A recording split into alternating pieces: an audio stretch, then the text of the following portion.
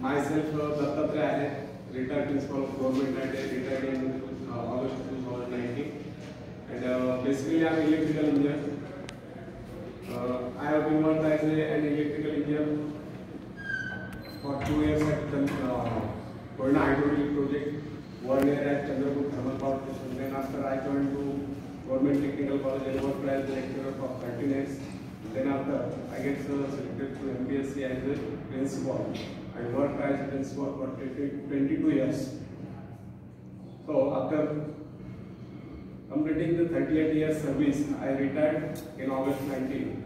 And this is my hobby, to deliver motivational speeches. Now I am delivering short speech on सफलता की ऊंचाइयों को छूए. तो फ्रेंड्स, यदि आप स्वयं अपने भाग्य का निर्माता बनना चाहते हो, आपकी प्रबल इच्छा है कि आप सफलता की बुलंदियों को छुए, तो इसके लिए सर्वप्रथम आपको अपना व्यवहार बदलना होगा. इसके लिए सबसे पहले आप अपने मन से घृणा, ईर्ष्या, द्वेष आदि विकारों को निकाल कर बाहर करें. जब यह गुण हमारे भीतर नहीं होंगे, तब हम हर क्षेत्र में तब आप अपने भाग्य का स्वयं निर्माण करेंगे. इस बात का विश्वास रखें कि सब कुछ आपके हाथ में, क्योंकि आप ही तो अपने भाग्य का निर्माता है.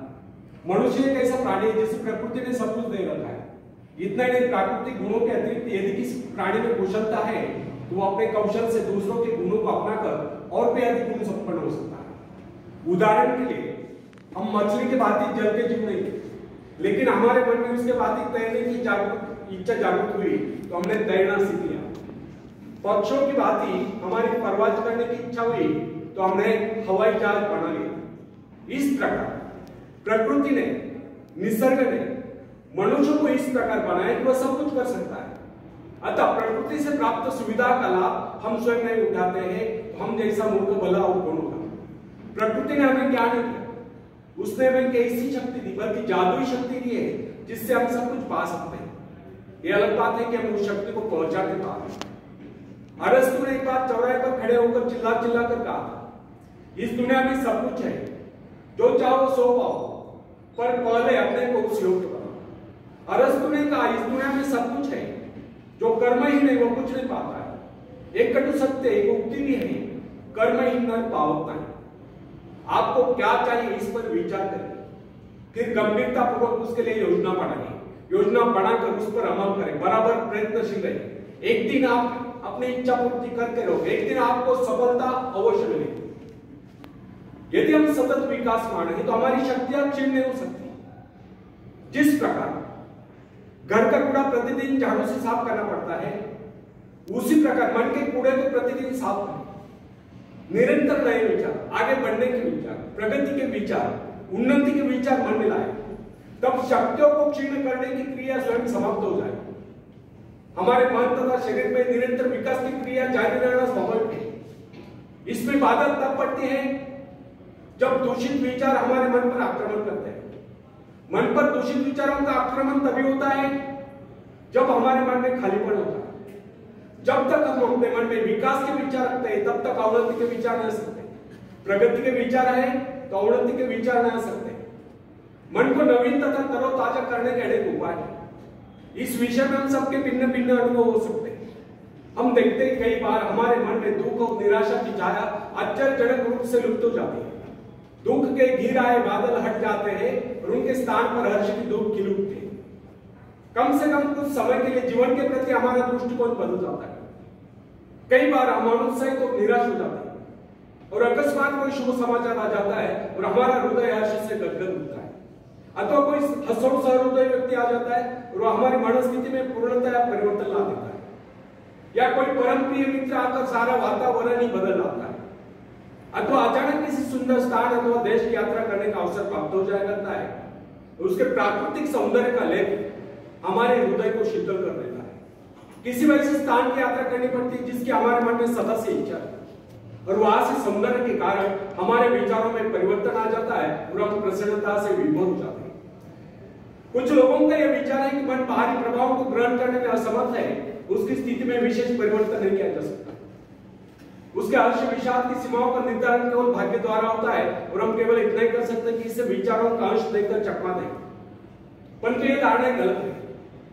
हमारे पास ऐसे असंख्य उदाहरण हैं जिनमें व्यक्तियों के मनोवृत्ति में आमूल परिवर्तन होता देखा गया है, उनके मस्तिष्क में क्रांति होती देखी गई। बहुत से लोग जो जन्म से दुर्बल थे वे व्यायाम द्वारा सबल होते देखे गए, अकर्मण्य कर्मठ होते देखे गए। ऐसे अनेक उदाहरण हमारे सम्मुख हैं जिनमें व्यक्ति मानसिक शक्तियों से रहित थे, किंतु प्रयत्न द्वारा उनमें भारी परिवर्तन आ गया, उनका दुर्बल व्यक्तित्व प्रबल व्यक्तित्व में परिणत हो गया। साहस का एक उदाहरण लीजिए। बहुत से सफल व्यक्ति पहले इस गुण से रहित थे। खतरा था कि उनका समस्त भविष्य अंधकार में, परंतु माता पिता या गुरु की शिक्षा का उन पर ऐसा प्रभाव पड़ा कि उनके जीवन की धाराएं बदल गई। इससे यह सिद्ध होता है कि मनुष्य उपदेश या शिक्षा प्राप्त करके या निरंतर अभ्यास से विचारों में क्रांति ला सकता है। साहस पर मनुष्य का जन्म सिद्ध अधिकार है। साहस के भाव परिपक्व होने पर वही व्यक्ति जो पहले कायल समझा जाता था, शौर्य और पराक्रम के कारनामे कर लोगों को चकित कर देता है। जब हम भय, संदेह, निराशा से ग्रस्त स्थिति में होते हैं, तब हम सही निर्णय नहीं कर पाते। उचित और ठोस निर्णय केवल उसी समय किया जा सकता है जब मस्तिष्क सही स्थिति में हो। निराशा, क्रोध, भय, ईर्ष्या, द्वेष आदि के बादलों से घिरकर अंधकार में भय तथा चिंताग्रस्त मनोस्थिति में कभी किसी महत्वपूर्ण विषय पर निर्णय नहीं करना चाहिए। जब मन निर्मल, संतुलित, शांत हो, कोई भी निर्णय उस समय करना चाहिए। उस समय जो निर्णय बनाया जाए केवल उन्हीं को कार्यान्वित करने का प्रयत्न कीजिए। भय, क्रोध आदि के आवेग पर मानसिक शक्तियां बिखर जाती है। उस समय मन एकाग्र न रहने के कारण निर्णय गलत होते हैं। यदि मनुष्य सही शिक्षण प्राप्त करे या मन को अभ्यास कराए तो वो निराशा, क्रोध, ईर्ष्या, द्वेष आदि विचारों को कुछ क्षणों में अपने मन से निकालकर बाहर कर सकता है तथा प्रसन्नता का अनुभव कर सकता है। प्रसन्नता, आशा, आकांक्षा, उत्साह इन भावनाओं के आते मन का अंधकार दूर हो जाता है। अतः व्यक्ति को चाहिए कि इन रचनात्मक विचारों को हर समय अपने मन में रखें। सभ्यता की प्रत्येक नई आवश्यकता मानव मस्तिष्क को नई चुनौती देती है और जिस प्रकार जानवरों तथा मनुष्यों के शरीरों में जलवायु तथा वंश रक्षा के उद्देश्य से समय की आवश्यकता के अनुरूप लगातार सुधार होता चला गया है, उसी प्रकार आज के परिवर्तित आवश्यकता वाले संसार की मांग के अनुरूप मनुष्य को भी अपने मस्तिष्क को सुधार कर मुकाबले के लिए तैयार करना होगा। मस्तिष्क पर जिन विषयों पर सोचने का भार आ पड़ता है उसी के अनुरूप वो अपने में परिवर्तन कर लेता है। वह नई कोशिकाओं का विकास कर लेता है, दुर्बल कोशिकाओं की मरम्मत कर लेता है तथा उन्हें मुकाबले के लिए तैयार कर लेता है। बड़े शहर के हलचल और शोरगुल में काम करने वाले व्यक्ति का मस्तिष्क विविध रूपों में विकसित होगा। वो शीघ्र सोचेगा, तेजी से गति करेगा, संक्लिष्ट विविध कार्यों में द्रुत गति से चेष्टा करेगा, शीघ्र आपने वाली विविध आपातकालीन क्रियाओं का मुकाबला करने के लिए वो तुरंत कार्यवाही करने का अभ्यस्त हो जाता है। छोटे कस्बे में रहने वाले व्यक्ति का मस्तिष्क भिन्न प्रकार से विकसित है क्योंकि उसकी आवश्यकता इतनी विविध नहीं है, उसे तुरंत ही बहुत से निर्णय करने की आवश्यकता भी नहीं है। ये बात कदापि न भूले कि प्रत्येक कार्य मस्तिष्क सम्मुख नई चुनौती उपस्थित करता है, उसकी आवश्यकता के अनुरूप ही मस्तिष्क अपनी काबिलियत का विकास कर लेता है तथा विशेष किस्म के काम के लिए अपनी शक्तियों को बढ़ाता है। विभिन्न धंधों, नौकरियों, व्यापारों एवं व्यवसायों के लिए विभिन्न प्रकार की शारीरिक तथा मानसिक चेष्टाओं की आवश्यकता होती है। इन आवश्यकताओं में भी तीव्र गति से निरंतर परिवर्तन होता रहता है। अतः जिस व्यक्ति का मस्तिष्क जितना अधिक ग्रहणशील, संवेदनशील, सूक्ष्म होता है वह उतनी तीव्रता से अपने में परिवर्तन लाने में समर्थ होता है तथा नए संघर्ष में सफलता एवं विजय प्राप्त करता है। उदाहरण का एक पुरोहित की आवश्यकता है विशिष्ट होती, अतः उसके मस्तिष्क के विकास का स्वरूप, उसके मस्तिष्क का विकास भी उन्हीं आवश्यकता के अनुरूप विकसित होगा। वर्षों तक उसका मन निरंतर आध्यात्मिक विषयों के चिंतन में लीन होता है, अतः उसके मस्तिष्क के विकास का स्वरूप एक वकील, व्यावसायिक एवं भवन निर्माण विशेषज्ञ से भिन्न होगा।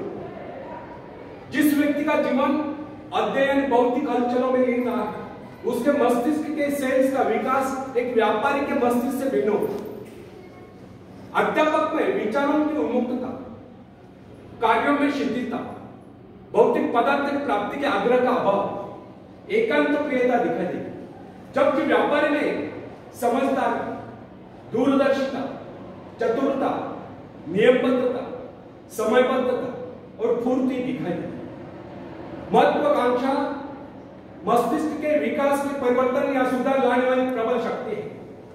महत्वाकांक्षा या अपने जीवन के उद्देश्य को तय कर लेना स्वयं अपने आप में मस्तिष्क संबंधी बहुत ही महत्वपूर्ण घटना है। वैज्ञानिक लोग मस्तिष्क को विकसित करने की संभावनाओं पर खोज करने में व्यस्त हैं। समय आएगा जब मस्तिष्क के विकास के रहस्य को मानव जान लेगा और इससे मनुष्य के चरित्र के विकास का कार्य सरल हो जाएगा। तब तक हमारे लिए इतना ही जान लेना पर्याप्त है। यदि हम अपने मस्तिष्क का ऐसा विकास चाहते हैं कि हमारा व्यक्तित्व सर्वप्रिय बने, तो इसके लिए सर्वप्रथम हमें अपने मन से घृणा, ईर्ष्या, द्वेष आदि विकारों को निकालकर बाहर कर देना होगा। जब यह गुण हमारे भीतर नहीं होंगे, तब हम हर क्षेत्र में अपने पांव जमा सकते हैं, दुनिया जहां से सहयोग ले सकते हैं तथा सफलता की ऊंचाइयों को छू सकते हैं। आखिर में एक शेर में सुनाना चाहता हूं। तुम उड़ सकते हो मुक्त आकाश में, तुम मुक्त आकाश के पंछी हो। तुम व्यर्थ ही गए हो, तुम भूल ही गए हो कि तुम्हारे पास पंख है। तुम पैरों से चल रहे हो, तुम आकाश में उड़ सकते हो। थोड़ा फड़फड़ाओ ताकि तुम्हें एहसास हो जाए।